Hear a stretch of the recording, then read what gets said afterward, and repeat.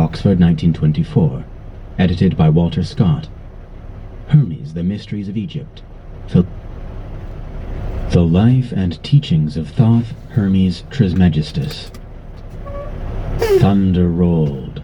Lightning flashed. The veil of the temple was rent from top to bottom. The venerable initiator, in his robes of blue and gold, slowly raised his jeweled wand and pointed with it into the darkness, revealed by the tearing of the silken curtain. Behold the light of Egypt. The candidate, in his plain white robe, gazed into the utter blackness framed by the two great lotus-headed columns, between which the veil had hung.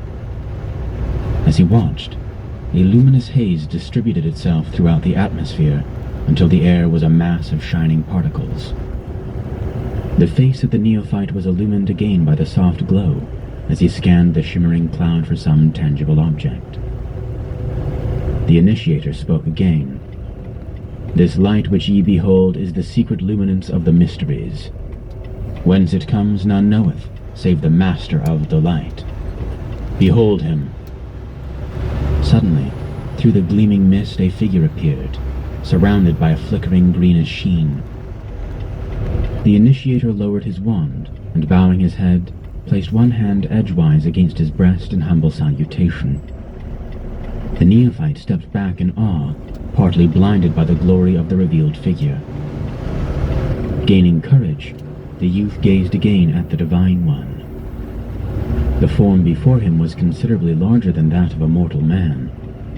The body seemed partly transparent, so that the heart and brain could be seen pulsating and radiant. As the candidate watched, the heart changed into an ibis, and the brain into a flashing emerald. In its hand, this mysterious being bore a winged rod, entwined with serpents. The aged initiator, raising his wand, cried out in a loud voice, "All hail thee, Thoth Hermes, thrice greatest! All hail thee, Prince of Men! All hail thee who standeth upon the head of Typhon!" At the same instant, a lurid, writhing dragon appeared, a hideous monster, part serpent, part crocodile, and part hog. From its mouth and nostrils poured sheets of flame, and horrible sounds echoed through the vaulted chambers.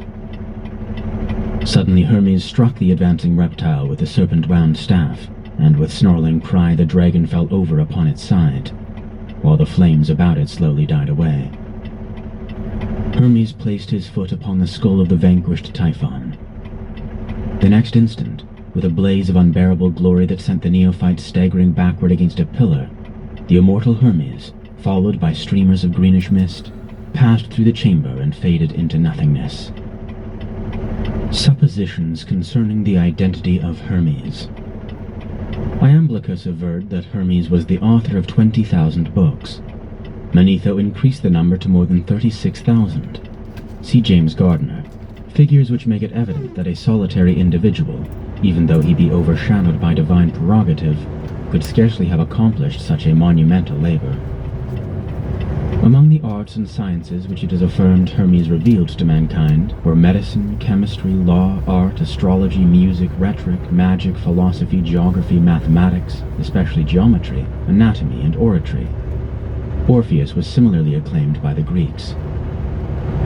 In his Biographia Antiqua, Francis Barrett says of Hermes, "If God ever appeared in man, he appeared in him, as is evident both from his books and his Piemander, in which works he has communicated the sum of the abyss, and the divine knowledge to all posterity, by which he has demonstrated himself to have been not only an inspired divine, but also a deep philosopher, obtaining his wisdom from God and heavenly things, and not from man."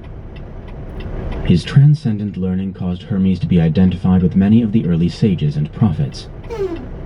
In his ancient mythology, Bryant writes, "I have mentioned that Cadmus was the same as the Egyptian Thoth, and it is manifest from his being Hermes, and from the invention of letters being attributed to him."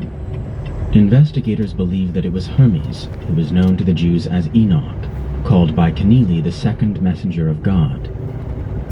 Hermes was accepted into the mythology of the Greeks, later becoming the Mercury of the Latins. He was revered through the form of the planet Mercury, because this body is nearest to the sun. Hermes of all creatures was nearest to God, and became known as the messenger of the gods. In the Egyptian drawings of him, Thoth carries a waxen writing tablet and serves as the recorder during the weighing of the souls of the dead in the judgment hall of Osiris, a ritual of great significance. Hermes is of first importance to Masonic scholars because he was the author of the Masonic initiatory rituals, which were borrowed from the mysteries established by Hermes. Nearly all of the Masonic symbols are Hermetic in character. Pythagoras studied mathematics with the Egyptians, and from them gained his knowledge of the symbolic geometric solids. Hermes is also revered for his reformation of the calendar system. He increased the year from 360 to 365 days, thus establishing a precedent which still prevails. The appellation thrice greatest was given to Hermes because he was considered the greatest of all philosophers, the greatest of all priests, and the greatest of all kings. It is worthy of note that the last poem of America's beloved poet Henry Wadsworth Longfellow was a lyric ode to Hermes. See Chambers' Encyclopedia. The mutable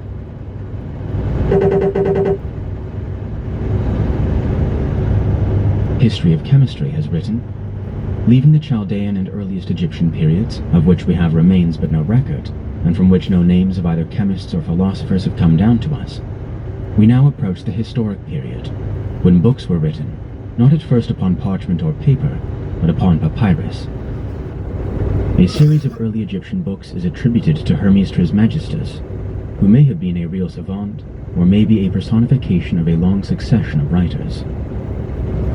He is identified by some with the Greek god Hermes, and the Egyptian Thoth or Tuti, who was the moon god, and is represented in ancient paintings as ibis-headed with the disk and crescent of the moon.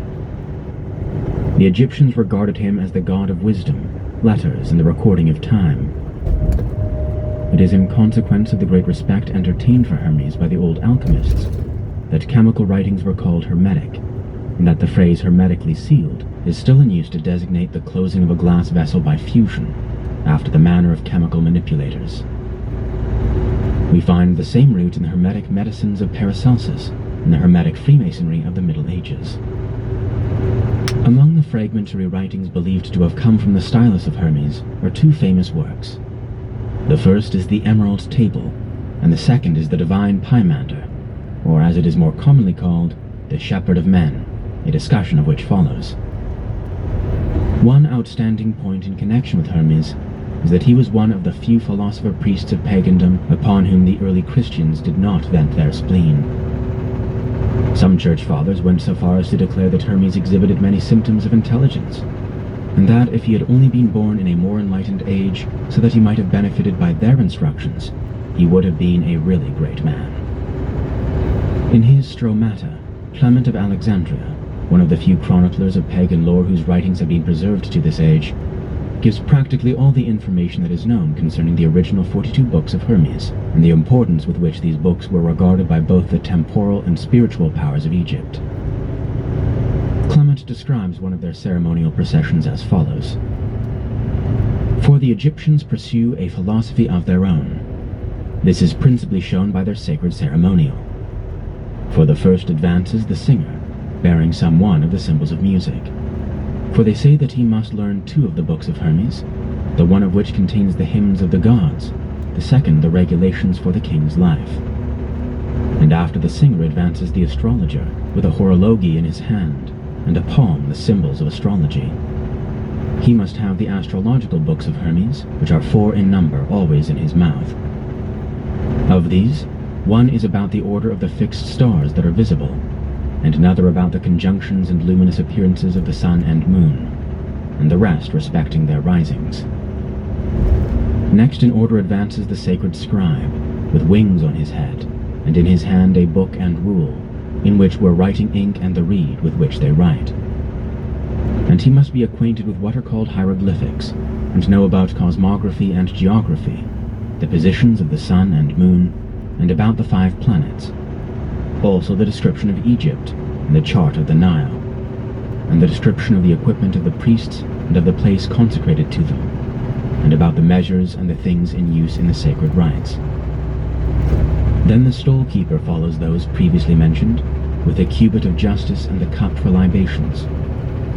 He is acquainted with all points called Pedcutic, relating to training, and Moschophaltic, sacrificial. There are also 10 books which relate to the honor paid by them to their gods, and containing the Egyptian worship, as that relating to sacrifices, first fruits, hymns, prayers, processions, festivals, and the like. And behind all walks the prophet, with the water vase carried openly in his arms, who is followed by those who carry the issue of loaves.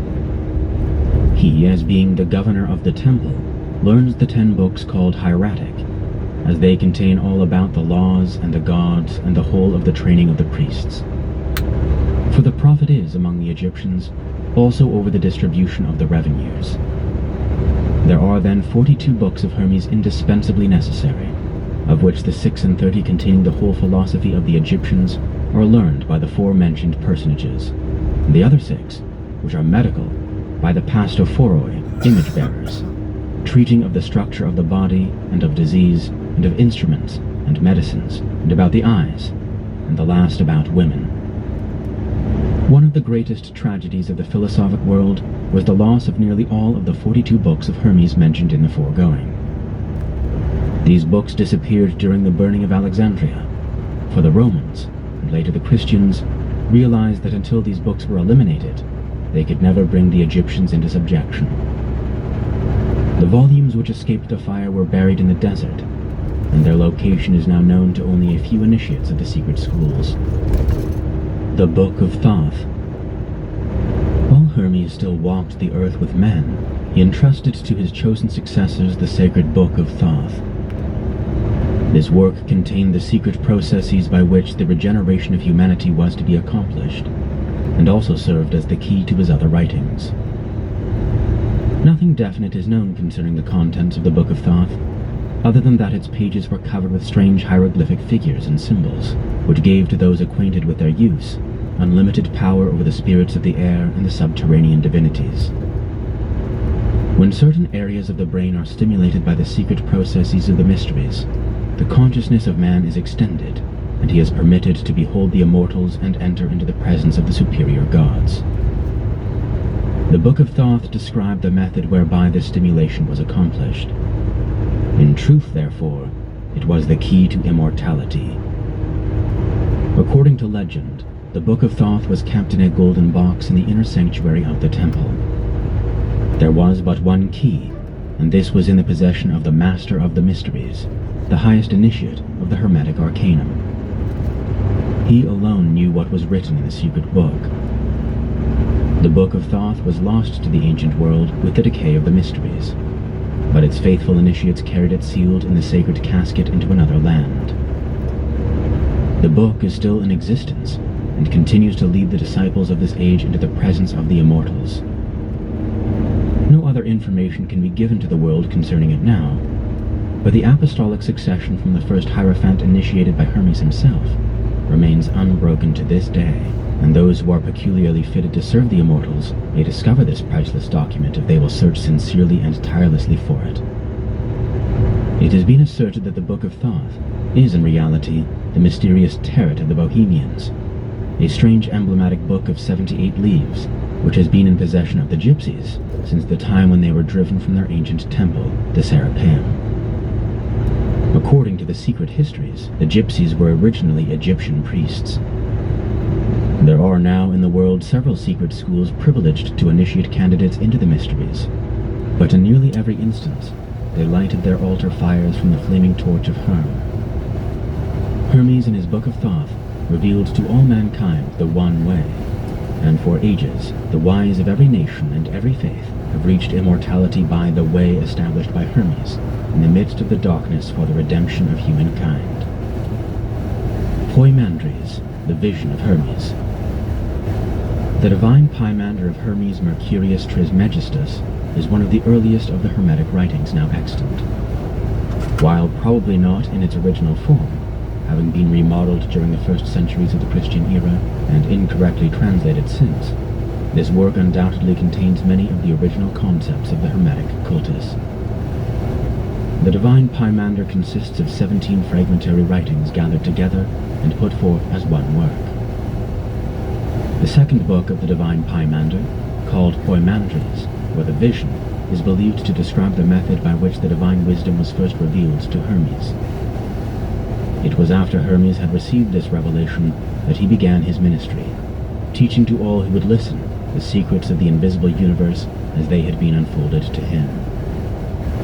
The Vision is the most famous of all the Hermetic fragments, and contains an exposition of Hermetic cosmogony and the secret sciences of the Egyptians regarding the culture and unfoldment of the human soul. For some time it was erroneously called the Genesis of Enoch, but that mistake has now been rectified. At hand, while preparing the following interpretation of the symbolic philosophy concealed within the Vision of Hermes, the present author has had these reference works. The Divine Piemander of Hermes Mercurius Trismegistus, London, 1650, translated out of the Arabic and Greek by Dr. Everard. Hermetica, Oxford, 1924, edited by Walter Scott.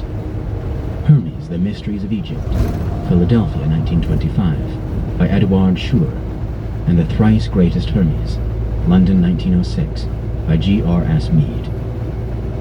To the material contained in the above volumes, he has added commentaries based upon the esoteric philosophy of the ancient Egyptians, together with amplifications derived partly from other Hermetic fragments and partly from the secret arcanum of the Hermetic sciences. For the sake of clarity, the narrative form has been chosen in preference to the original dialogic style, and obsolete words have given place to those in current use. Hermes, while wandering in a rocky and desolate place, gave himself over to meditation and prayer. Following the secret instructions of the temple, he gradually freed his higher consciousness from the bondage of his bodily senses, and thus released, his divine nature revealed to him the mysteries of the transcendental spheres. He beheld a figure, terrible and awe-inspiring. It was the great dragon, with wings stretching across the sky and light streaming in all directions from its body. The mysteries taught that the universal life was personified as a dragon. The great dragon called Hermes by name, and asked him why he thus meditated upon the world mystery. Terrified by the spectacle, Hermes prostrated himself before the dragon, beseeching it to reveal its identity. The great creature answered that it was Poimandres, the mind of the universe, the creative intelligence, and the absolute emperor of all. Schur identifies Poimandres as the god Osiris. Hermes then besought Poimandres to disclose the nature of the universe and the constitution of the gods. The dragon acquiesced, bidding Trismegistus hold its image in his mind. Immediately the form of Poimandres changed. Where it had stood there was a glorious and pulsating radiance. This light was the spiritual nature of the great dragon itself. Hermes was raised into the midst of this divine effulgence, and the universe of material things faded from his consciousness. Presently, a great darkness descended, and expanding swallowed up the light. Everything was troubled. About Hermes swirled a mysterious watery substance, which gave forth a smoke-like vapor. The air was filled with inarticulate moanings and sighings, which seemed to come from the light swallowed up in the darkness. His mind told Hermes that the light was the form of the spiritual universe, and that the swirling darkness which had engulfed it represented material substance. Then out of the imprisoned light a mysterious and holy word came forth, and took its stand upon the smoking waters. This word, the voice of the light, rose out of the darkness as a great pillar, and the fire and the air followed after it, but the earth and the water remained unmoved below. Thus the waters of light were divided from the waters of darkness, and from the waters of light were formed the worlds above, and from the waters of darkness were formed the worlds below. The earth and the water next mingled, becoming inseparable, and the spiritual world which is called reason moved upon their surface, causing endless turmoil. Then again was heard the voice of Poimandres, but his form was not revealed. I, thy God, am the light and the mind, which were before substance was divided from spirit and darkness from light. And the word which appeared as a pillar of flame out of the darkness is the Son of God, born of the mystery of the mind. The name of that word is reason. Reason is the offspring of thought, and reason shall divide the light from the darkness, and establish truth in the midst of the waters. Understand, O Hermes, and meditate deeply upon the mystery. That which in you sees and hears is not of the earth, but is the Word of God incarnate. So it is said that divine light dwells in the midst of mortal darkness, and ignorance cannot divide them. The union of the Word and the mind produces that mystery which is called life. As the darkness without you is divided against itself, so the darkness within you is likewise divided. The light and the fire which rise are the divine man, ascending in the path of the Word, and that which fails to ascend is the mortal man, which may not partake of immortality. Learn deeply of the mind and its mystery, for therein lies the secret of immortality. The dragon again revealed its form to Hermes, and for a long time the two looked steadfastly one upon the other, eye to eye, so that Hermes trembled before the gaze of Poimandres. At the word of the dragon the heavens opened, and the innumerable light powers were revealed, soaring through cosmos on pinions of streaming fire. Hermes beheld the spirits of the stars, the celestials controlling the universe, and all those powers which shine with the radiance of the one fire, the glory of the sovereign mind. Hermes realized that the sight which he beheld was revealed to him only because Poimandres had spoken a word. The word was reason, and by the reason of the word invisible things were made manifest. Divine Mind, the dragon, continued its discourse. Before the visible universe was formed, its mold was cast. This mold was called the archetype, and this archetype was in the Supreme Mind long before the process of creation began. Beholding the archetypes, the Supreme Mind became enamored with its own thought. So taking the word as a mighty hammer, it gouged out caverns in primordial space and cast the form of the spheres in the archetypal mold, at the same time sowing in the newly fashioned bodies the seeds of living things. The darkness below, receiving the hammer of the word, was fashioned into an orderly universe. The elements separated into strata, and each brought forth living creatures. The Supreme Being, the mind, male and female, brought forth the Word, and the Word, suspended between light and darkness, was delivered of another mind called the Workman, the Master Builder, or the Maker of Things. In this manner it was accomplished, O Hermes. The Word, moving like a breath through space, called forth the fire by the friction of its motion. Therefore the fire is called the Sun of Striving. The Workman passed as a whirlwind through the universe, causing the substances to vibrate and glow with its friction. The Sun of Striving thus formed 7 governors, the spirits of the planets, whose orbits bounded the world, and the 7 governors controlled the world by the mysterious power called destiny, given them by the fiery workman. When the second mind, the Workman, had organized chaos, the Word of God rose straightway out of its prison of substance, leaving the elements without reason, and joined itself to the nature of the fiery workman. Then the second mind, together with the risen Word, established itself in the midst of the universe, and whirled the wheels of the celestial powers. This shall continue from an infinite beginning to an infinite end, for the beginning and the ending are in the same place and state. Then the downward turned and unreasoning elements brought forth creatures without reason. Substance could not bestow reason, for reason had ascended out of it. The air produced flying things, and the waters such as swim. The earth conceived strange four-footed and creeping beasts, dragons, composite demons, and grotesque monsters.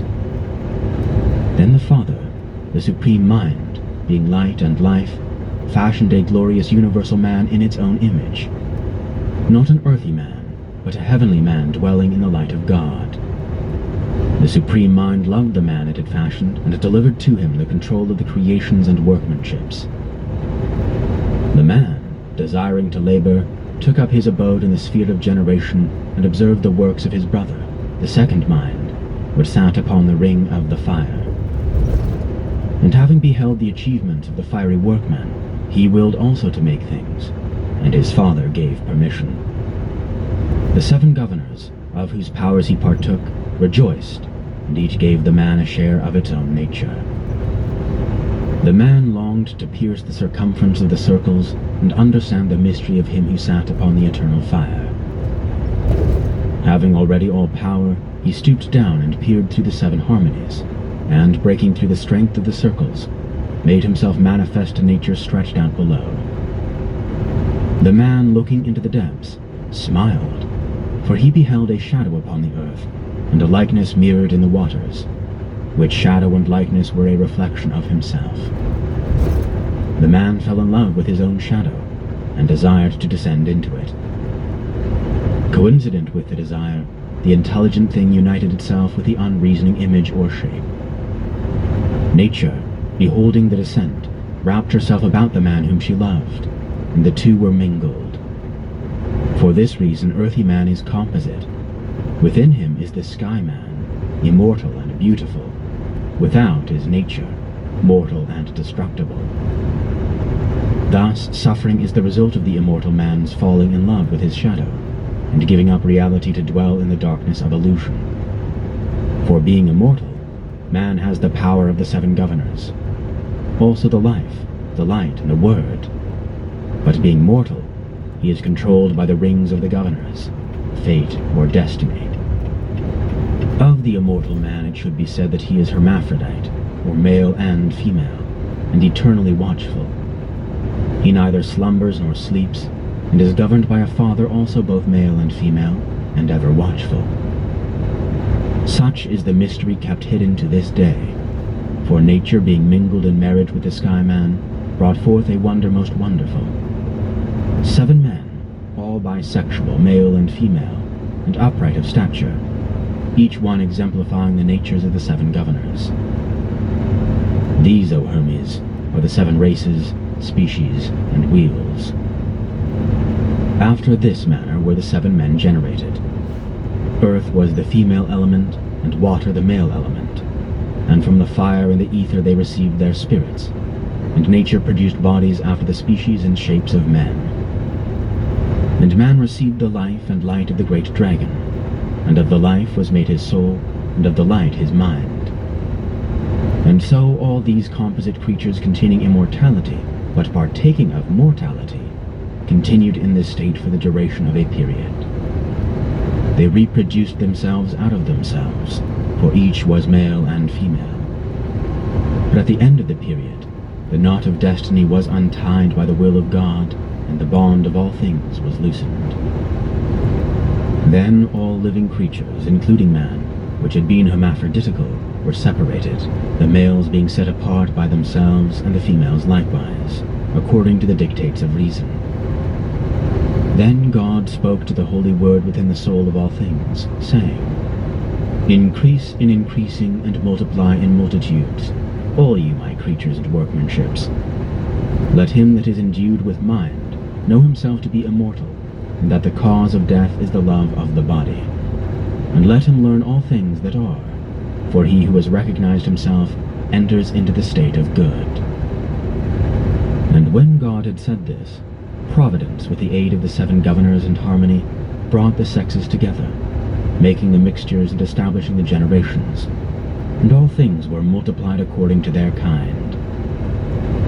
He who through the error of attachment loves his body abides wandering in darkness, sensible and suffering the things of death. But he who realizes that the body is but the tomb of his soul rises to immortality. Then Hermes desired to know why men should be deprived of immortality for the sin of ignorance alone.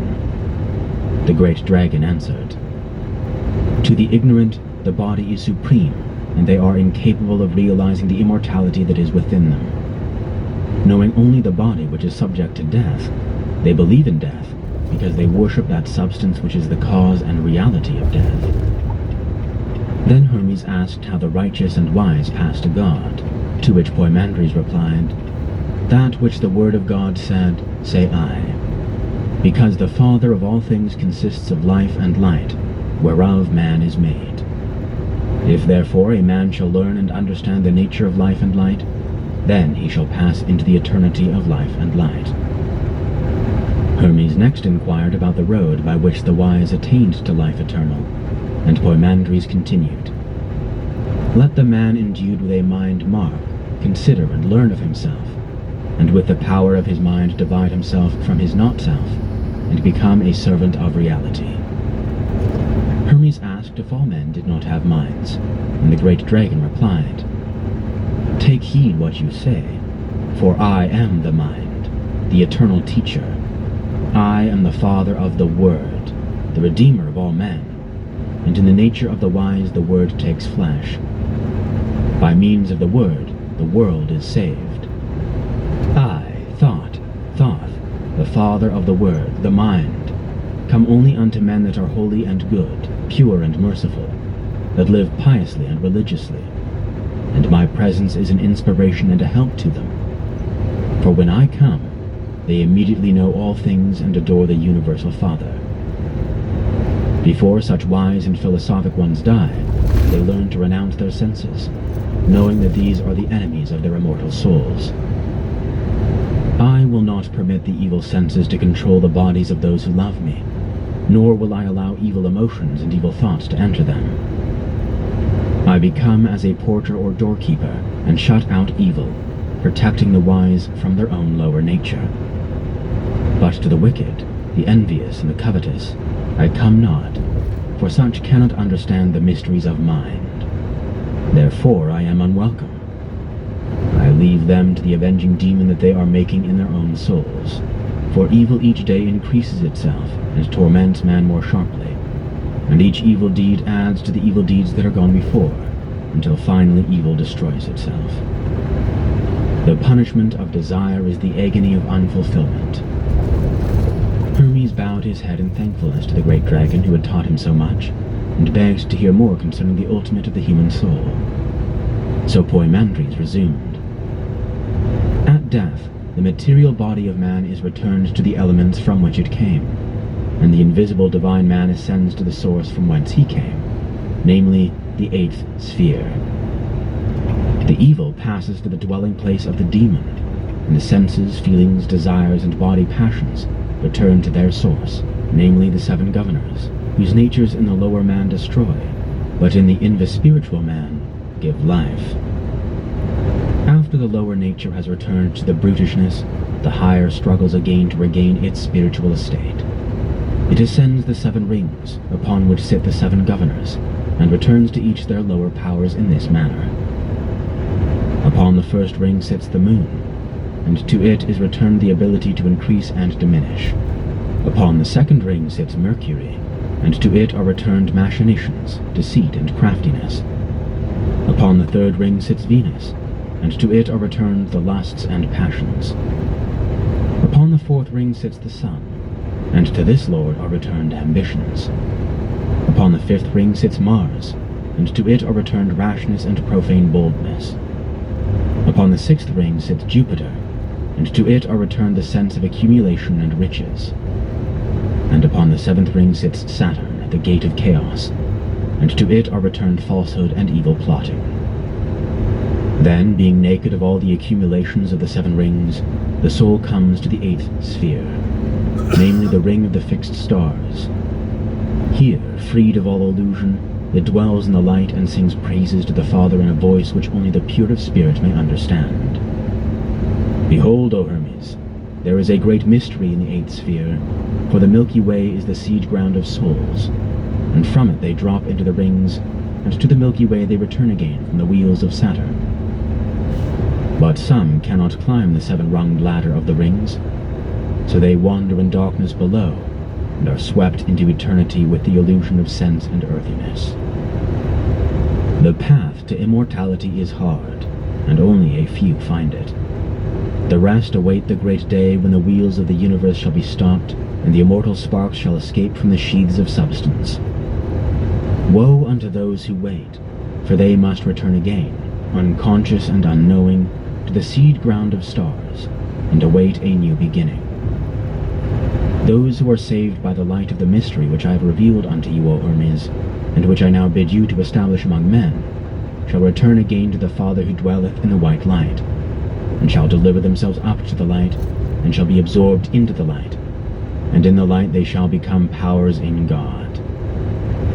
This is the way of good, and is revealed only to them that have wisdom. Blessed art thou, O Son of Light, to whom of all men I, Poimandres, the light of the world, have revealed myself. I order you to go forth, to become as a guide to those who wander in darkness, that all men within whom dwells the spirit of my mind, the universal mind, may be saved by my mind in you, which shall call forth my mind in them. Establish my mysteries, and they shall not fail from the earth. For I am the mind of the mysteries, and until mind fails, which is never, my mysteries cannot fail. With these parting words, Poimandres, radiant with celestial light, vanished, mingling with the powers of the heavens. Raising his eyes unto the heavens, Hermes blessed the Father of all things, and consecrated his life to the service of the great light. Thus preached Hermes, O people of the earth, men born and made of the elements, but with the spirit of the divine man within you, rise from your sleep of ignorance. Be sober and thoughtful. Realize that your home is not in the earth but in the light. Why have you delivered yourselves over unto death, having power to partake of immortality? Repent and change your minds. Depart from the dark light and forsake corruption forever. Prepare yourselves to climb through the 7 rings, and to blend your souls with the eternal light. Some who heard mocked and scoffed and went their way, delivering themselves to the second death, from which there is no salvation. But others, casting themselves before the feet of Hermes, besought him to teach them the way of life. He lifted them gently, receiving no approbation for himself, and staff in hand went forth teaching and guiding mankind, and showing them how they might be saved. In the worlds of men Hermes sowed the seeds of wisdom, and nourished the seeds with the immortal waters. And at last came the evening of his life, and as the brightness of the light of earth was beginning to go down, Hermes commanded his disciples to preserve his doctrines and inviolate throughout all ages. The vision of Poimandres he committed to writing, that all men desiring immortality might therein find the way. In concluding his exposition of the vision, Hermes wrote, The sleep of the body is the sober watchfulness of the mind, and the shutting of my eyes reveals the true light. My silence is filled with budding life and hope, and is full of good. My words are the blossoms of fruit of the tree of my soul. For this is the faithful account of what I received from my true mind, that is Poimandres, the great dragon, the Lord of the Word, through whom I became inspired by God with the truth. Since that day my mind has been ever with me, and in my own soul it hath given birth to the Word. The Word is reason, and reason hath redeemed me. For which cause, with all my soul and all my strength, I give praise and blessing unto God the Father, the life and the light, and the eternal good. Holy is God, the Father of all things, the one who is before the first beginning. Holy is God, whose will is performed and accomplished by his own powers, which he hath given birth to out of himself. Holy is God, who has determined that he shall be known, and who is known by his own to whom he reveals himself. Holy art thou, who by thy word, reason, hast established all things. Holy art thou, of whom all nature is the image. Holy art thou, whom the inferior nature has not formed. Holy art thou, who art stronger than all powers. Holy art thou, who art greater than all excellency. Holy art thou, who art better than all praise. Accept these reasonable sacrifices from a pure soul and a heart stretched out unto thee. O thou unspeakable, unutterable, to be praised with silence. I beseech thee to look mercifully upon me, that I may not err from the knowledge of thee, and that I may enlighten those that are in ignorance, my brothers and thy sons. Therefore I believe thee and bear witness unto thee, and depart in peace and in trustfulness into thy light and life. Blessed art thou, O Father. The man thou hast fashioned would be sanctified with thee, as thou hast given him power to sanctify others with thy word and thy truth. The Vision of Hermes, like nearly all of the Hermetic writings, is an allegorical exposition of great philosophic and mystic truths, and its hidden meaning may be comprehended only by those who have been raised into the presence of the true mind. The Initiation of the Pyramid. Supreme among the wonders of antiquity, unrivaled by the achievements of later architects and builders, the Great Pyramid of Giza bears mute witness to an unknown civilization, which, having completed its predestined span, passed into oblivion. Eloquent in its silence, inspiring in its majesty, divine in its simplicity, the Great Pyramid is indeed a sermon in stone. Its magnitude overwhelms the puny sensibilities of man. Among the shifting sands of time it stands as a fitting emblem of eternity itself. Who were the illumined mathematicians who planned its parts and dimensions? The master craftsmen who supervised its construction? The skilled artisans who trued its blocks of stone? The earliest and best-known account of the building of the Great Pyramid is that given by that highly revered but somewhat imaginative historian, Herodotus. The pyramid was built in steps, battlement-wise as it is called, or according to others, altar-wise.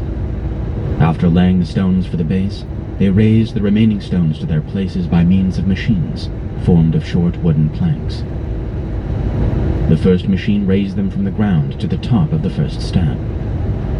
On this there was another machine, which received the stone upon its arrival and conveyed it to the second step, whence a third machine advanced it still higher. Either they had as many machines as there were steps in the pyramid, or possibly they had but a single machine, which, being easily moved, was transferred from tier to tier as the stone rose. Both accounts are given, and therefore I mention both. The upper portion of the pyramid was finished first, then the middle, and finally the part which was lowest and nearest the ground. There is an inscription in Egyptian characters on the pyramid, which records the quantity of radishes, onions, and garlic consumed by the laborers who constructed it. And I perfectly well remember that the interpreter who read the writing to me said that the money expended in this way was 1,600 talents of silver. If this then is a true record, what a vast sum must have been spent on the iron tools used in the work, and on the feeding and clothing of the laborers, considering the length of time the work lasted, which has already been stated 10 years, and the additional time, no small space I imagine, which must have been occupied by the quarrying of the stones, their conveyance, and the formation of the underground apartments. While his account is extremely colorful, it is apparent that the father of history, for reasons which he doubtless considered sufficient, concocted a fraudulent story to conceal the true origin and purpose of the Great Pyramid. This is but one of several instances in his writings, which would lead the thoughtful reader to suspect that Herodotus himself was an initiate of the sacred schools, and consequently obligated to preserve inviolate the secrets of the ancient orders.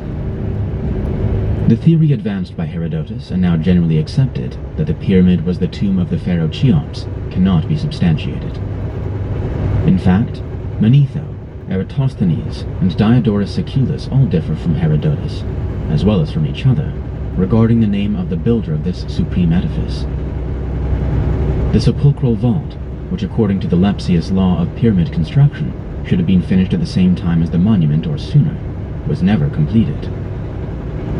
There is no proof that the building was erected by the Egyptians, for the elaborate carvings with which the burial chambers of Egyptian royalty are almost invariably ornamented are entirely lacking, and it embodies none of the elements of their architecture or decoration, such as inscriptions, images, cartouches, paintings, and other distinctive features associated with dynastic mortuary art. The only hieroglyphics to be found within the pyramid are a few builders' marks sealed up in the chambers of construction, first opened by Howard Weiss. These apparently were painted upon the stones before they were set in position, for in a number of instances the marks were either inverted or disfigured by the operation of fitting the blocks together. While Egyptologists have attempted to identify the crude dabs of paint as cartouches of Cheops, it is almost inconceivable that this ambitious ruler would have permitted his royal name to suffer such indignities. As the most eminent authorities on the subject are still uncertain as to the true meaning of these crude markings, whatever proof they might be that the building was erected during the 4th dynasty is certainly offset by the seashells at the base of the pyramid, which Mr. Gabb advances as evidence that it was erected before the deluge, a theory substantiated by the much-abused Arabian traditions. One Arabian historian declared that the pyramid was built by the Egyptian sages as a refuge against the flood, while another proclaimed it to have been the treasure house of the powerful antediluvian king Shaddad ben-Ad. A panel of hieroglyphs over the entrance, which the casual observer might consider to afford a solution of the mystery, unfortunately dates back no further than AD 1843, having been cut at that time by Dr. Lepsius as a tribute to the King of Prussia.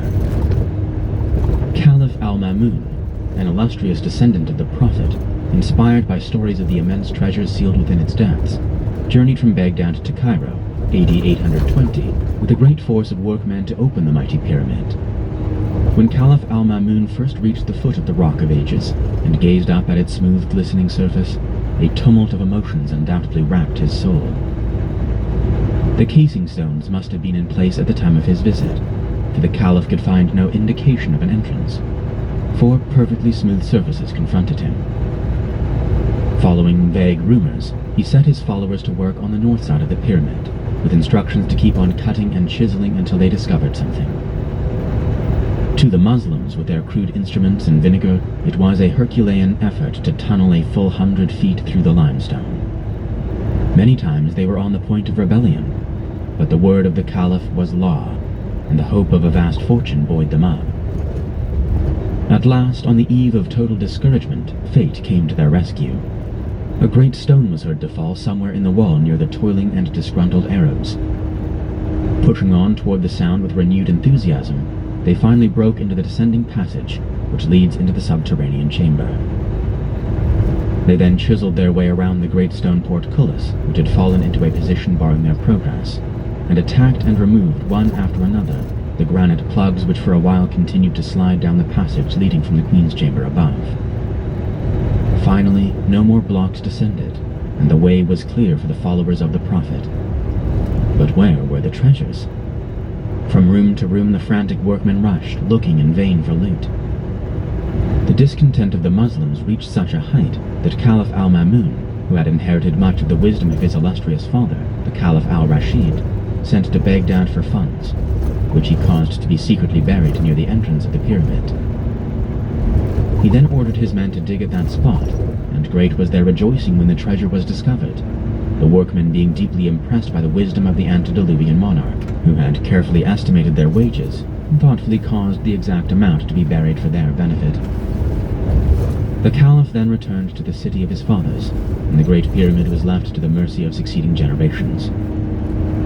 In the 9th century, the sun's rays striking the highly polished surfaces of the original casing stones caused each side of the pyramid to appear as a dazzling triangle of light. Since that time, all but 2 of these casing stones have disappeared. Investigation has resulted in their discovery, recut and resurfaced, in the walls of Mohammedan mosques and palaces in various parts of Cairo and its environs. Pyramid problems. C. Piazzi Smith asks, was the Great Pyramid then erected before the invention of hieroglyphics, and previous to the birth of the Egyptian religion? Time may yet prove that the upper chambers of the pyramid were a sealed mystery before the establishment of the Egyptian Empire.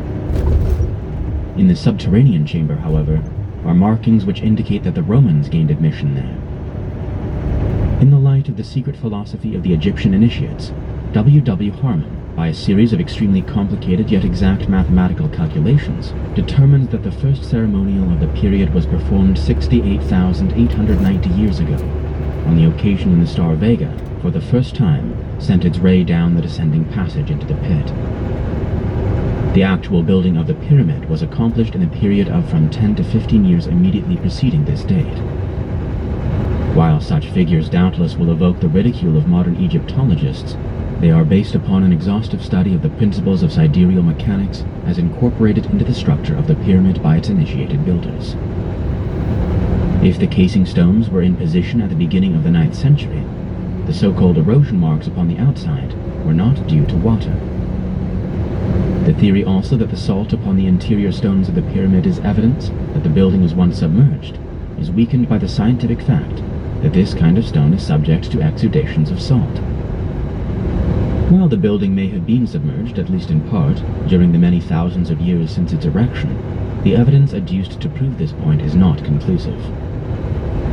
The Great Pyramid was built of limestone and granite throughout, the two kinds of rock being combined in a peculiar and significant manner. The stones were trued with the utmost precision, and the cement used was of such remarkable quality that it is now practically as hard as the stone itself. The limestone blocks were sawed with bronze saws, the teeth of which were diamonds or other jewels. The chips from the stones were piled against the north side of the plateau on which the structure stands, where they form an additional buttress to aid in supporting the weight of the structure. The entire pyramid is an example of perfect orientation and actually squares the circle. The last is accomplished by dropping a vertical line from the apex of the pyramid to its baseline. If this vertical line be considered as the radius of an imaginary circle, the length of the circumference of such a circle will be found to equal the sum of the baselines of the four sides of the pyramid. If the passage leading to the king's chamber and the queen's chamber was sealed up thousands of years before the Christian era, those later admitted into the pyramid mysteries must have received their initiations in subterranean galleries now unknown. Without such galleries, there could have been no possible means of ingress or egress, since the single surface entrance was completely closed with casing stones. If not blocked by the mass of the Sphinx, or concealed in some part of that image, the secret entrance may be either in one of the adjacent temples, or upon the sides of the limestone plateau. Attention is called to the granite plugs filling the ascending passageway to the Queen's chamber, which Caliph al-Ma'mun was forced practically to pulverize before he could clear a way into the upper chambers. C. Piazzi Smith notes that the positions of the stones demonstrate that they were set in place from above, which made it necessary for a considerable number of workmen to depart from the upper chambers. How did they do it? Smith believes they descended through the well. See the diagram of the Great Pyramid included in the PDF, dropping the ramp stone into place behind them. He further contends that robbers probably used the well as a means of getting into the upper chambers. The ramp stone having been set in a bed of plaster, the robbers were forced to break through it, leaving a jagged opening.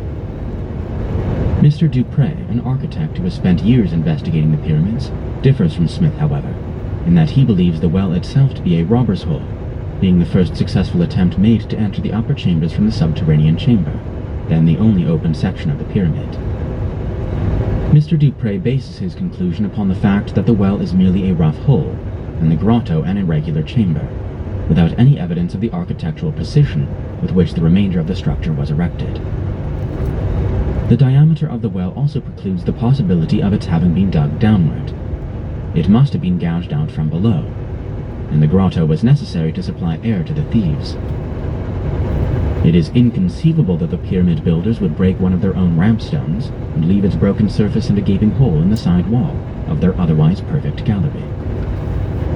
If the well is a robber's hole, it may explain why the pyramid was empty when Caliph al-Ma'mun entered it, and what happened to the missing copper lid.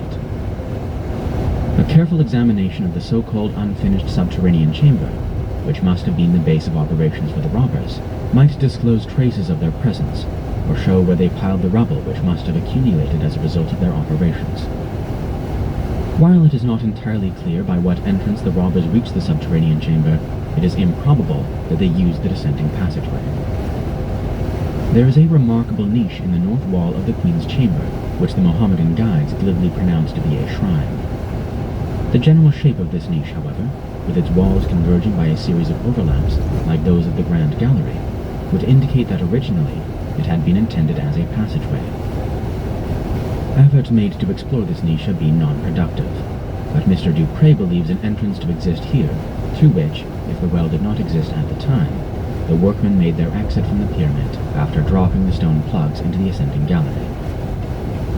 Biblical scholars have contributed a number of most extraordinary conceptions regarding the Great Pyramid. This ancient edifice has been identified by them as Joseph's granary, despite its hopelessly inadequate capacity, as the tomb prepared for the unfortunate pharaoh of the Exodus, who could not be buried there because his body was never recovered from the Red Sea, and finally as a perpetual confirmation of the infallibility of the numerous prophecies contained in the authorized version. The Sphinx. Although the Great Pyramid, as Ignatius Donnelly has demonstrated, is patterned after an antediluvian type of architecture, examples of which are to be found in nearly every part of the world, the Sphinx, who is typically Egyptian. The stele between its paws states the Sphinx is an image of the sun god, or Makis, which was evidently made in the similitude of the pharaoh during whose reign it was chiseled. The statue was restored and completely excavated by Thutmose IV as the result of a vision in which the god had appeared and declared himself oppressed by the weight of the sand about his body. The broken beard of the Sphinx was discovered during the excavations between the front paws. The steps leading up to the Sphinx, and also the temple and altar between the paws, are much later additions, probably Roman, for it is known that the Romans reconstructed many Egyptian antiquities. The shallow depression in the crown of the head, once thought to be the terminus of a closed-up passageway leading from the Sphinx to the Great Pyramid, was merely intended to help support a headdress now missing. Metal rods have been driven into the Sphinx in a vain effort to discover chambers or passages within its body. The major part of the Sphinx is a single stone, but the front paws have been built up of smaller stones. The Sphinx is about 200 feet long, 70 feet high, and 38 feet wide across the shoulders. The main stone from which it was carved is believed by some to have been transported from distant quarries by methods unknown, while others assert it to be native rock, possibly an outcropping somewhat resembling the form into which it was later carved. The theory once advanced that both the pyramid and the Sphinx were built from artificial stones made on the spot has been abandoned. A careful analysis of the limestone shows it to be composed of small sea creatures called mummelites. The popular supposition that the Sphinx was the true portal of the Great Pyramid, while it survives with surprising tenacity, has never been substantiated. P. Christian presents this theory as follows, basing it in part upon the authority of Iamblichus. The Sphinx of Giza, says the author of the Traité des Mystères, served as the entrance to the sacred subterranean chambers in which the trials of the initiate were undergone. This entrance, obstructed in our day by sands and rubbish, may still be traced between the forelegs of the crouched colossus. It was formerly closed by a bronze gate, whose secret spring could be operated only by the Magi. It was guarded by public respect, and a sort of religious fear maintained its inviolability better than armed protection would have done. In the belly of the Sphinx were cut-out galleries leading to the subterranean part of the Great Pyramid. These galleries were so artfully crisscrossed along their course to the pyramid that in setting forth into the passage without a guide through this network, one ceaselessly and inevitably returned to the starting point. See Histoire de la Magie. Unfortunately, the bronze door referred to cannot be found, nor is there any evidence that it ever existed. The passing centuries have wrought many changes in the Colossus, however, and the original opening may have been closed. Nearly all students of the subject believe that subterranean chambers exist beneath the Great Pyramid. Robert Ballard writes, the priests of the pyramids of Lake Moeris had their vast subterranean residences. It appears to me more than probable that those of Giza were similarly provided. And I may go further. Out of these very caverns may have been excavated the limestone of which the pyramids were built. In the bowels of the limestone ridge on which the pyramids are built will yet be found, I feel convinced, ample information as to their uses. A good diamond drill with 200 or 300 feet of rods is what is wanted to test this, and the solidarity of the pyramids at the same time. See the solution of the pyramid problem. Mr. Ballard's theory of extensive underground apartments and quarries brings up an important problem in architectonics. The pyramid builders were too far-sighted to endanger the permanence of the Great Pyramid by placing over 5 million tons of limestone and granite on any but a solid foundation. It is therefore reasonably certain that such chambers or passageways as may exist beneath the building are relatively insignificant, like those within the body of the structure, which occupy less than 1/1600th of the cubic contents of the pyramid. The Sphinx was undoubtedly erected for symbolical purposes at the instigation of the priestcraft. The theories that the uraeus upon its forehead was originally the finger of an immense sundial, and that both the pyramid and the Sphinx were used to measure time, the seasons, and the precession of the equinoxes, are ingenious, but not wholly convincing. If this great creature was erected to obliterate the ancient passageway leading into the subterranean temple of the pyramid, its symbolism would be most appropriate. In comparison with the overwhelming size and dignity of the Great Pyramid, the Sphinx is almost insignificant. Its battered face, upon which may still be seen vestiges of the red paint with which the figure was originally covered, is disfigured beyond recognition. Its nose was broken off by a fanatical Mohammedan, lest the followers of the Prophet be led into idolatry. The very nature of its construction, and the present repairs necessary to prevent the head from falling off, indicate that it could not have survived the great periods of time which have elapsed since the erection of the pyramid. To the Egyptians, the Sphinx was the symbol of strength and intelligence. It was portrayed as androgynous to signify that they recognized the initiates and gods as partaking of both the positive and negative creative powers. Gerald Massey writes, "This is the secret of the Sphinx. The Orthodox Sphinx of Egypt is masculine in front and feminine behind. So is the image of Sat Typhon, a type of horn and tail, male in front and female behind. The pharaohs, who wore the tail of the lioness or cow behind them, were male in front and female behind. Like the gods, they included the dual totality of being in one person, born of the mother, but of both sexes as the child. See the natural genesis." Most investigators have ridiculed the Sphinx, and without even deigning to investigate the great colossus, have turned their attention to the more overwhelming mystery of the pyramid. The Pyramid Mysteries. The word pyramid is popularly supposed to be derived from a word for fire, thus signifying that it is the symbolic representation of the one divine flame, the life of every creature. John Taylor believes the word pyramid to mean a measure of wheat, while C. Piazzi Smith favors the Coptic meaning, a division into 10. The initiates of old accepted the pyramid form as the ideal symbol of both the secret doctrine and those institutions established for its dissemination. Both pyramids and mounds are antitypes of the Holy Mountain, or high place of God, which was believed to stand in the midst of the earth. John P. Lundy relates the Great Pyramid to the fabled Olympus, further assuming that its subterranean passages correspond to the tortuous byways of Hades. The square base of the pyramid is a constant reminder that the House of Wisdom is firmly founded upon nature and her immutable laws. The Gnostics, writes Albert Pike, claimed that the whole edifice of their science rested on a square, whose angles were silence, profundity, intelligence, and truth. See Morals and Dogma. The sides of the Great Pyramid face the four cardinal angles, the latter signifying, according to Eliphas Levi, the extremities of heat and cold, south and north, and the extremities of light and darkness, east and west. The base of the pyramid further represents the four material elements or substances, from the combinations of which the quaternary body of man is formed. From each side of the square there rises a triangle, typifying the threefold divine being enthroned within every quaternary material nature. If each baseline be considered a square from which ascends a threefold spiritual power, then the sum of the lines of the four faces, 12, and the four hypothetical squares, 16, constituting the base is 28, the sacred number of the lower world. If this be added to the three septenaries composing the sun, 21, it equals 49, the square of 7, and the number of the universe. The 12 signs of the zodiac, like the governors of the lower worlds, are symbolized by the 12 lines of the four triangles, the faces of the pyramid. In the midst of each face is one of the beasts of Ezekiel, and the structure as a whole becomes the cherubim. The three main chambers of the pyramid are related to the heart, the brain, and the generative system, the spiritual centers of the human constitution. The triangular form of the pyramid is also similar to the posture assumed by the body during the ancient meditative exercises.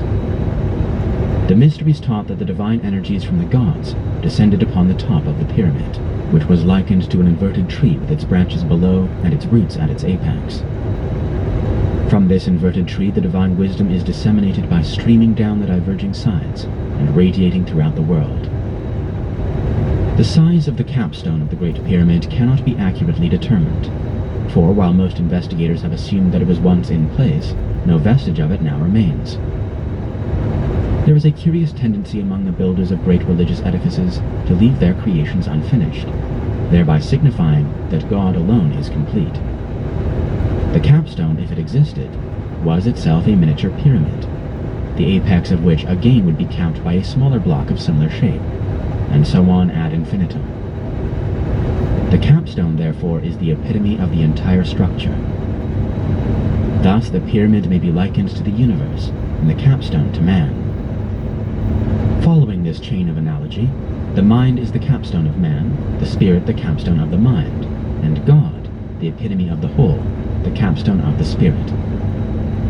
As a rough and unfinished block, man is taken from the quarry and by the secret culture of the mysteries, gradually transformed into a true and perfect pyramidal capstone. The temple is complete only when the initiate himself becomes the living apex, through which the divine power is focused into the diverging structure below. W. Marsham Adams calls the Great Pyramid the House of the Hidden Places. Such indeed it was, for it represented the inner sanctuary of pre-Egyptian wisdom. By the Egyptians, the Great Pyramid was associated with Hermes, the god of wisdom and letters, and the divine illuminator worshipped through the planet Mercury. Relating Hermes to the pyramid emphasizes anew the fact that it was in reality the supreme temple of the invisible and supreme deity. The Great Pyramid was not a lighthouse, an observatory, or a tomb, but the first temple of the mysteries, the first structure erected as a repository for those secret truths which are the certain foundation of all arts and sciences. It was the perfect emblem of the microcosm and the macrocosm, and according to the secret teachings, the Tomb of Osiris, the black god of the Nile. Osiris represents a certain manifestation of solar energy, and therefore his house or tomb is emblematic of the universe within which he is entombed, and upon the cross of which he is crucified. Through the mystic passageways and chambers of the Great Pyramid passed the illumined of antiquity. They entered its portals as men. They came forth as gods.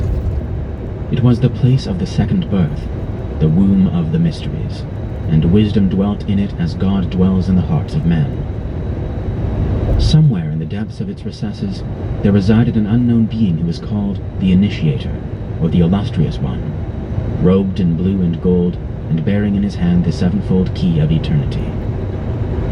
This was the lion-faced Hierophant, the Holy One, the Master of Masters, who never left the House of Wisdom, and whom no man ever saw, save he who had passed through the gates of preparation and purification.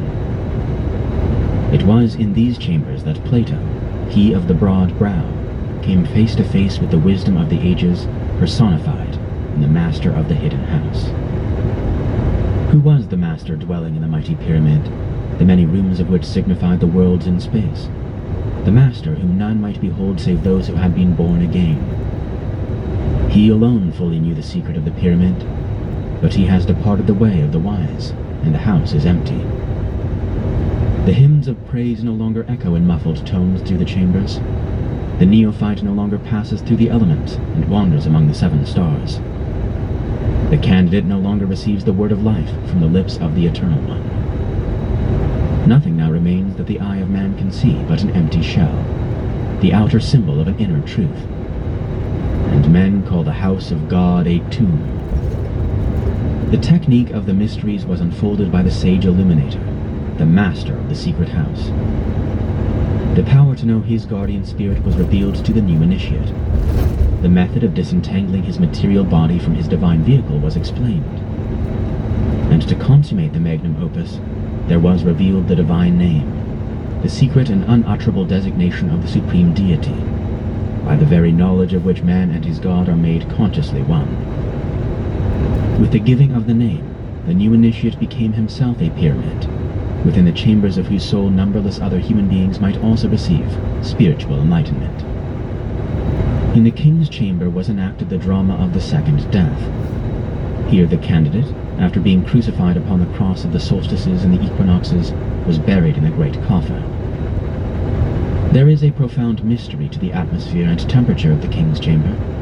It is of a peculiar death-like cold, which cuts to the marrow of the bone. This room was a doorway between the material world and the transcendental spheres of nature. While his body lay in the coffer, the soul of the neophyte soared as a human-headed hawk through the celestial realms, there to discover firsthand the eternity of life, light, and truth. as well as the illusion of death, darkness, and sin. Thus, in one sense, the Great Pyramid may be likened to a gate, through which the ancient priests permitted a few to pass toward the attainment of individual completion. It is also to be noted, incidentally, that if the coffer in the king's chamber be struck, the sound emitted has no counterpart in any known musical scale. This tonal value may have formed part of that combination of circumstances which rendered the king's chamber an ideal setting for the conferment of the highest degree of the mysteries. The modern world knows little of these ancient rites. The scientist and the theologian alike gaze upon the sacred structure, wondering what fundamental urge inspired the Herculean labor. If they would but think for a moment, they would realize that there is only one urge in the soul of man capable of supplying the required incentive, namely, the desire to know, to understand, and to exchange the narrowness of human mortality for the greater breadth and scope of divine enlightenment. So men say of the Great Pyramid that it is the most perfect building in the world, the source of weights and measures, the original Noah's Ark, the origin of languages, alphabets, and the scales of temperature and humidity. Few realize, however, that it is the gate to the eternal. Though the modern world may know 1,000,000 secrets, the ancient world knew one, and that one was greater than 1,000,000. For the 1,000,000 secrets breed death, disaster, sorrow, selfishness, lust, and avarice. But the one secret confers life, light, and truth. The time will come when the secret wisdom shall again be the dominating religious and philosophical urge of the world. The day is at hand when the doom of dogma shall be sounded. The great theological Tower of Babel, with its confusion of tongues, was built of bricks of mud and the mortar of slime. Out of the cold ashes of lifeless creeds, however, shall rise Phoenix like the ancient mysteries. No other institution has so completely satisfied the religious aspirations of humanity, for since the destruction of the mysteries, there never has been a religious code to which Plato could have subscribed. The unfolding of man's spiritual nature is as much an exact science as astronomy, medicine, or jurisprudence. To accomplish this end, religions were primarily established, and out of religion have come science, philosophy, and logic as methods whereby this divine purpose might be realized. The dying god shall rise again. The secret room in the house of the hidden places shall be rediscovered. The pyramid again shall stand as the ideal emblem of solidarity, inspiration, aspiration, resurrection, and regeneration. As the passing sands of time bury civilization upon civilization beneath their weight, the pyramid shall remain as the visible covenant between eternal wisdom and the world. The time may yet come when the chants of the illumined shall be heard once more in its ancient passageways, and the master of the hidden house shall await in the silent place for the coming of that man, who, casting aside the fallacies of dogma and tenet, seeks simply truth, and will be satisfied with neither substitute nor counterfeit. Isis, the Virgin of the World. It is especially fitting that a study of Hermetic symbolism should begin with a discussion of the symbols and attributes of the Saitic Isis. This is the Isis of Sais, famous for the inscription concerning her which appeared on the front of her temple in that city. I, Isis, am all that has been, that is, or shall be. No mortal man hath ever me unveiled. Plutarch affirms that many ancient authors believed this goddess to be the daughter of Hermes. Others held the opinion that she was the child of Prometheus. Both of these demigods were noted for their divine wisdom. It is not improbable that her kinship to them is merely allegorical. Plutarch translates the name Isis to mean wisdom. Godfrey Higgins, in his Anacalypsis, derives the name Isis from the Hebrew iso, and the Greek word meaning to save. Some authorities, however, for example Richard Payne Knight, as stated in his Symbolical Language of Ancient Art and Mythology, believe the word to be of northern extraction, possibly Scandinavian or Gothic. In these languages the name is pronounced Isa, meaning ice, or water in its most passive, crystallized, negative state. The Egyptian deity under many names appears as the principle of natural fecundity among nearly all the religions of the ancient world. She was known as the goddess with 10,000 appellations, and was metamorphosed by Christianity into the Virgin Mary. For Isis, although she gave birth to all living things, chief among them the sun, still remained a virgin, according to the legendary accounts. Apuleius, in the 11th book of the Golden Ass, ascribes to the goddess the following statement concerning her powers and attributes.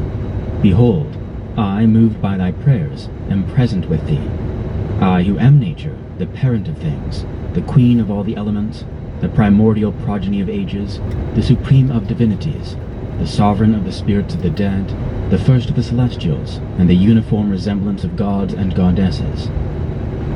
I, who rule by my nod the luminous summits of the heavens, the salubrious breezes of the sea, and the deplorable silences of the realms beneath, and whose one divinity the whole orb of the earth venerates under a manifold form, by different rites and a variety of appellations. Hence the primogenial Phrygians call me Pessinuntica, the mother of the gods, the Attic Aborigines, Cecropian Minerva, the floating Cyprians, Paphian Venus, the arrow-bearing Cretans, Diana Dictina, the three-tongued Sicilians, Stygian Proserpine, and the Eleusinians, the ancient goddess Ceres. Some also call me Juno, others Bellona, others Hecate, and others Rhamnusia, and those who are illuminated by the incipient rays of that divinity, the sun, when he rises, viz. The Ethiopians, the Eri, and the Egyptians skilled in ancient learning, worshipping me by ceremonies perfectly appropriate, call me by my true name, Queen Isis. Le Plongeon believes that the Egyptian myth of Isis had a historical basis among the Mayas of Central America, where this goddess was known as Queen Mu. In Prince Ko, the same author finds a correspondence to Osiris, the brother-husband of Isis. Le Plongeon's theory is that Mayan civilization was far more ancient than that of Egypt. After the death of Prince Ko, his widow Queen Mu, fleeing to escape the wrath of his murderers, sought refuge among the Mayan colonies in Egypt, where she was accepted as their queen and was given the name of Isis. While Le Plongeon may be right, the possible historical queen sinks into insignificance when compared with the allegorical symbolic world virgin, and the fact that she appears among so many different races and peoples discredits the theory that she was a historical individual. According to Sextus Empiricus, the Trojan War was fought over a statue of the moon goddess. For this lunar Helena, and not for a woman, the Greeks and Trojans struggled at the gates of Troy. Several authors have attempted to prove that Isis, Osiris, Typhon, Nephthys, and Arurus, Thoth or Mercury, were grandchildren of the great Jewish patriarch Noah by his son Ham. But as the story of Noah and his ark is a cosmic allegory concerning the repopulation of planets at the beginning of each world period, this only makes it less likely that they were historical personages. According to Robert Flood, the sun has three properties: life, light, and heat.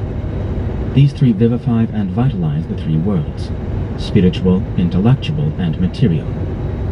Therefore, it is said, from one light, three lights, i.e. the first three master masons. In all probability, Osiris represents the third or material aspect of solar activity, which by its beneficent influences vitalizes and enlivens the flora and fauna of the earth. Osiris is not the sun, but the sun is symbolic of the vital principle of nature, which the ancients knew as Osiris. His symbol, therefore, was an opened eye, in honor of the great eye of the universe, the sun. Opposed to the active radiant principle of impregnating fire, heat, and motion was the passive receptive principle of nature. Modern science has proved that forms ranging in magnitude from solar systems to atoms are composed of positive radiant nuclei surrounded by negative bodies that exist upon the emanations of the central life. From this allegory we have the story of Solomon and his wives, for Solomon is the sun, and his wives and concubines are the planets, moons, asteroids, and other receptive bodies within his house, the solar mansion. Isis, represented in the Song of Solomon by the Dark Maid of Jerusalem, is symbolic of receptive nature, the watery maternal principle which creates all things out of herself after impregnation has been achieved by the virility of the sun. In the ancient world, the year had 360 days. The 5 extra days were gathered together by the god of cosmic intelligence to serve as the birthdays of the 5 gods and goddesses who are called sons and daughters of Ham. Upon the first of these special days, Osiris was born, and upon the 4th of them, Isis. The number 4 shows the relation that this goddess bears to the earth and its elements. Typhon, the Egyptian demon or spirit of the adversary, was born upon the 3rd day. Typhon is often symbolized by a crocodile. Sometimes his body is a combination of crocodile and hog. Isis stands for knowledge and wisdom, and according to Plutarch, the word Typhon means insolence and pride. Egotism, self-centeredness, and pride are the deadly enemies of understanding and truth. This part of the allegory is revealed. After Osiris, here symbolized as the sun, had become king of Egypt and had given to his people the full advantage of his intellectual light, he continued his path through the heavens, visiting the peoples of other nations and converting all with whom he came in contact. Plutarch further asserts that the Greeks recognized in Osiris the same person whom they revered under the names of Dionysus and Bacchus. While he was away from his country, his brother Typhon, the Evil One, like the Loki of Scandinavia, plotted against the sun god to destroy him.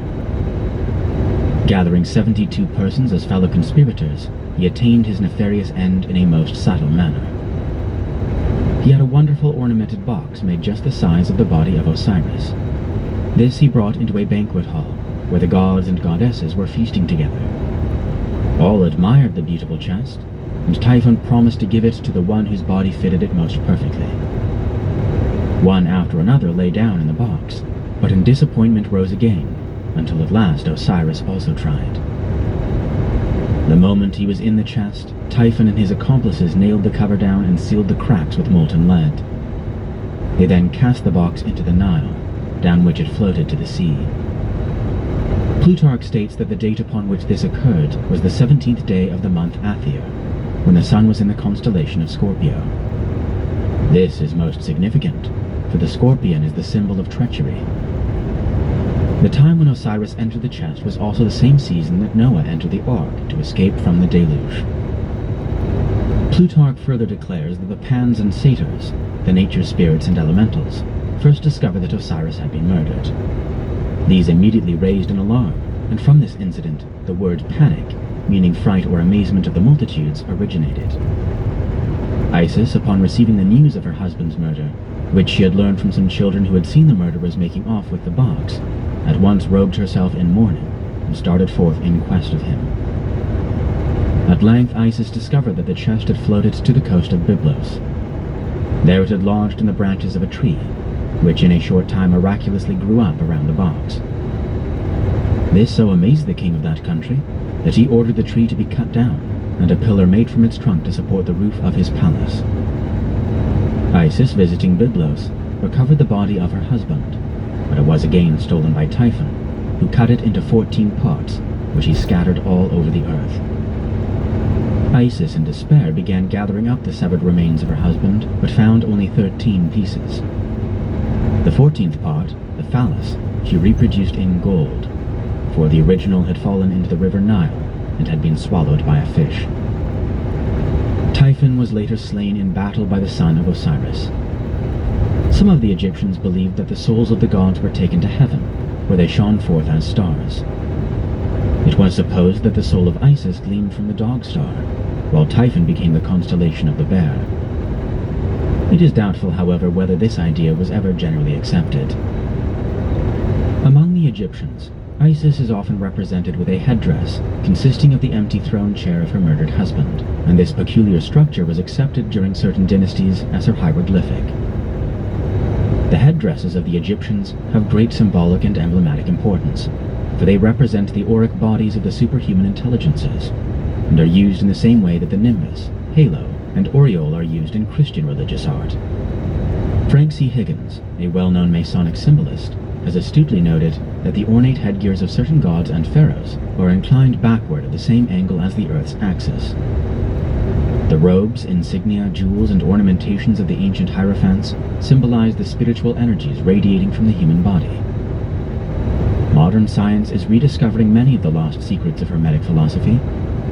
One of these is the ability to gauge the mental development, the soul qualities, and the physical health of an individual from the streamers of semi-visible electric force which pour through the surface of the skin of every human being at all times during his life.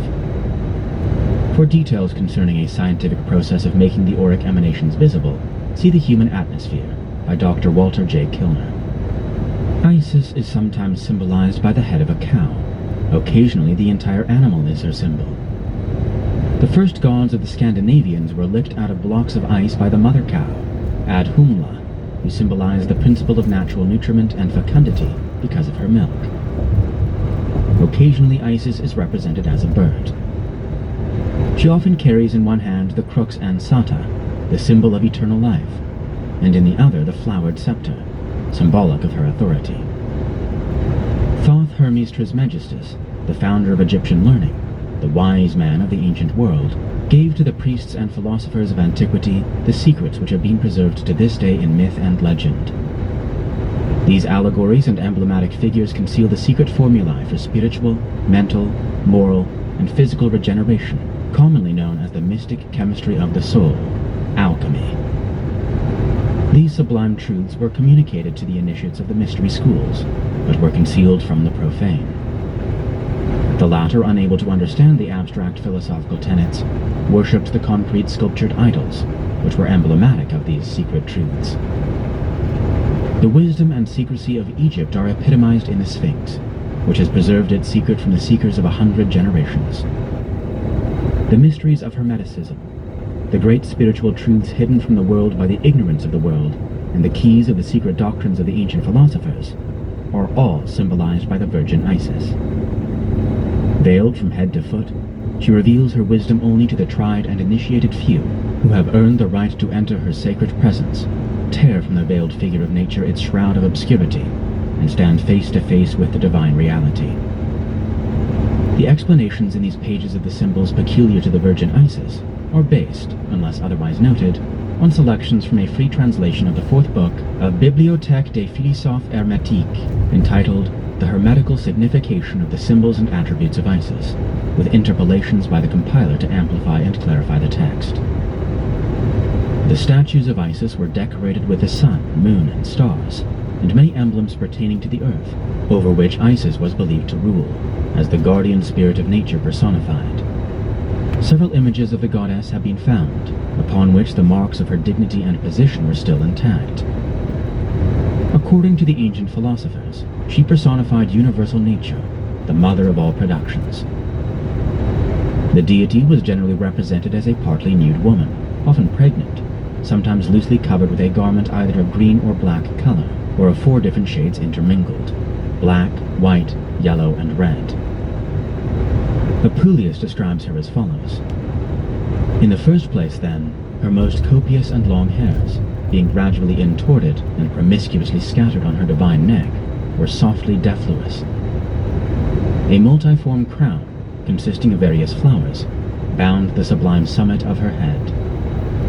And in the middle of the crown, just on the forehead, there is a smooth orb resembling a mirror, or rather a white refulgent light, which indicated that she was the moon. Vipers rising up after the manner of furrows environed the crown on the right hand and on the left, and cerulean ears of corn were also extended from above. Her garment was of many colors, and woven from the finest flax, and was at one time lucid with a white splendor, at another yellow from the flower of crocus, and at another flaming with a rosy redness. But that which most excessively dazzled my sight was a very black robe, fulgid with a dark splendor, and which, spreading round and passing under her right side, and ascending to her left shoulder, there rose protuberant like the center of a shield, the dependent part of the robe falling in many folds, and having small knots of fringe, gracefully flowing in its extremities. Glittering stars were dispersed through the embroidered border of the robe, and through the whole of its surface, and the full moon shining in the middle of the stars breathed forth flaming fires. Nevertheless, a crown wholly consisting of flowers and fruits of every kind adhered with indivisible connection to the border of that conspicuous robe, in all its undulating motions. What she carried in her hands also consisted of things of a very different nature. For her right hand indeed bore a brazen rattle, sistrum, through the narrow lamina of which, bent like a belt, certain rods passing produced a sharp triple sound, through the vibrating motion of her arm. An oblong vessel in the shape of a boat depended from her left hand, on the handle of which, in that part in which it was conspicuous, an asp raised its erect head and largely swelling neck. And shoes woven from the leaves of the victorious palm tree covered her immortal feet. The green color alludes to the vegetation which covers the face of the earth, and therefore represents the robe of nature. The black represents death and corruption as being the way to a new life and generation. Except a man be born again, he cannot see the kingdom of God. John 3:3. White, yellow, and red signify the three principal colors of the alchemical, hermetical, universal medicine after the blackness of its putrefaction is over. The ancients gave the name Isis to one of their occult medicines. Therefore, the description here given relates somewhat to chemistry. Her black drape also signifies that the moon, or the lunar humidity, the Sophic universal mercury, and the operating substance of nature in alchemical terminology, has no light of its own, but receives its light, its fire, and its vitalizing force from the sun. Isis was the image or representative of the great works of the wise men, the philosopher's stone, the elixir of life, and the universal medicine. Other hieroglyphics seen in connection with Isis are no less curious than those already described, but it is impossible to enumerate all, for many symbols were used interchangeably by the Egyptian Hermetists. The goddess often wore upon her head a hat made of cypress branches, to signify mourning for her dead husband, and also for the physical death which she caused every creature to undergo in order to receive a new life in posterity, or a periodic resurrection. The head of Isis is sometimes ornamented with a crown of gold, or a garland of olive leaves, as conspicuous marks of her sovereignty as queen of the world and mistress of the entire universe. The crown of gold signifies also the aurific unctuosity or sulphurous fatness of the solar and vital fires, which she dispenses to every individual by a continual circulation of the elements, the circulation being symbolized by the musical rattle which she carries in her hand. The sistrum is also the yonic symbol of purity. A serpent interwoven among the olive leaves on her head, devouring its own tail, denotes that the aurific unctuosity was soiled with the venom of terrestrial corruption which surrounded it, and must be mortified and purified by 7 planetary circulations or purifications, called flying eagles, alchemical terminology, in order to make it medicinal for the restoration of health. Here the emanations from the sun are recognized as a medicine for the healing of human ills. The 7 planetary circulations are represented by the circumambulations of the Masonic Lodge, by the marching of the Jewish priests 7 times around the walls of Jericho, and of the Mohammedan priests 7 times around the Kaaba at Mecca. From the crown of gold project 3 horns of plenty, signifying the abundance of the gifts of nature proceeding from one root, having its origin in the heavens, head of Isis.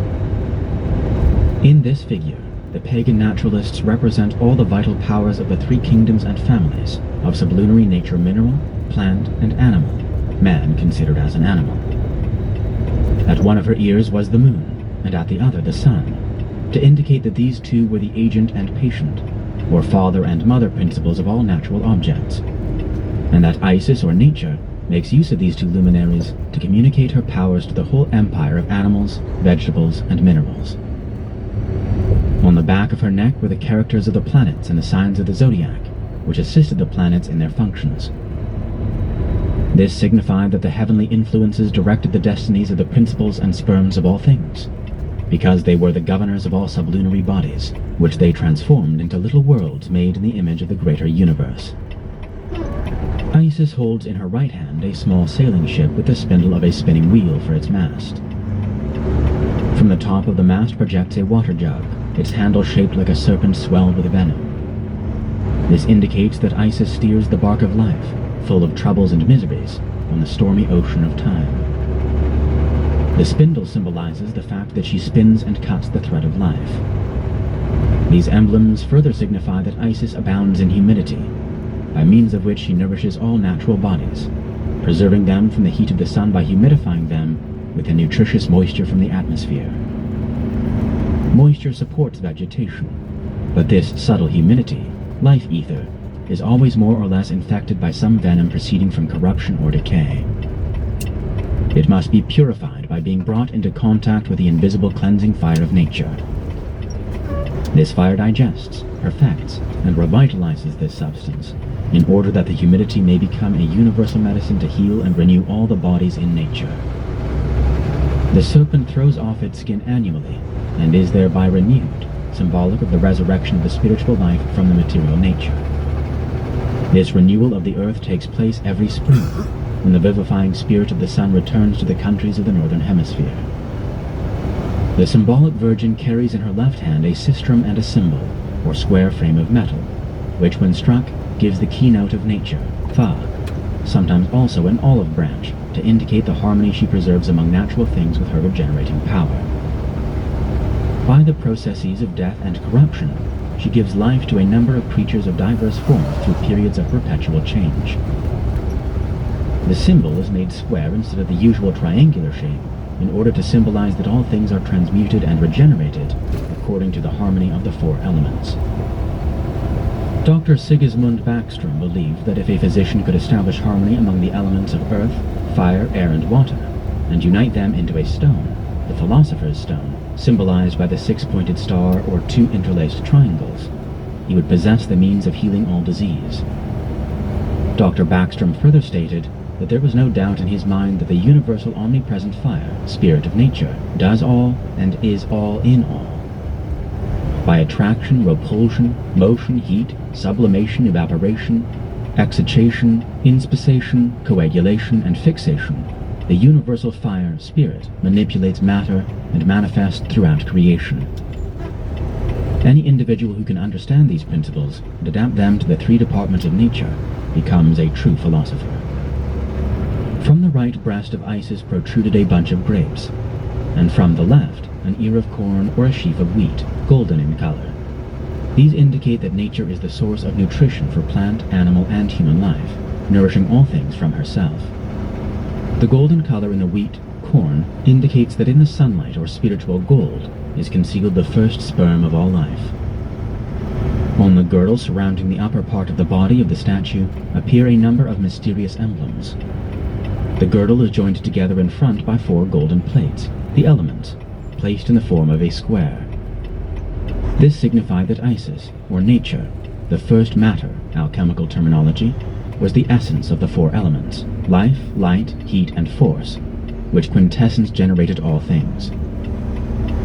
Numerous stars are represented on this girdle, thereby indicating their influence in darkness as well as the influence of the sun in light. Isis is the virgin immortalized in the constellation of